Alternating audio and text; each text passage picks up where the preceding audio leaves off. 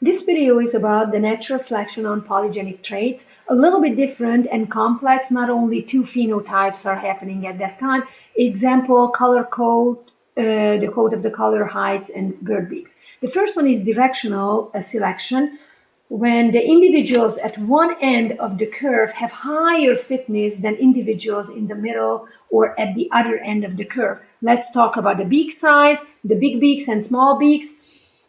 Normally, we will have a bell curve. The distribution of the organisms form a bell curve. Now, if the seeds get bigger and stronger, tougher, surviving with bigger beak is more advantageous for the organisms. So the bell curve skewed to the right. The other part, the other type of natural selection is the stabilizing selection. In this case, we are going to use the size of the newborn babies. Effect on the population, the x-axis, big babies versus small babies.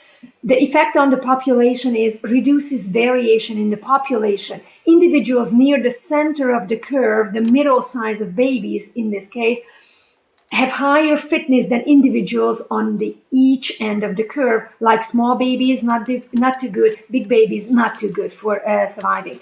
The third type of natural selection is disruptive selection, can create two distinct phenotypes. We go back to the small beaks and the large beaks. Now, instead of the bell curve, what is normal distribution, individuals at the upper and the lower end of the curve have higher fitness than individuals near the middle. So instead of the bell curve, we will have a hump for the small beaks and another hump for the big beaks. So recapping the natural selection on polygenic traits, the first type is directional selection, the other one stabilizing selection, and the last one is going to be the disruptive selection, or it was that can create two distinctive phenotypes. That's all for today.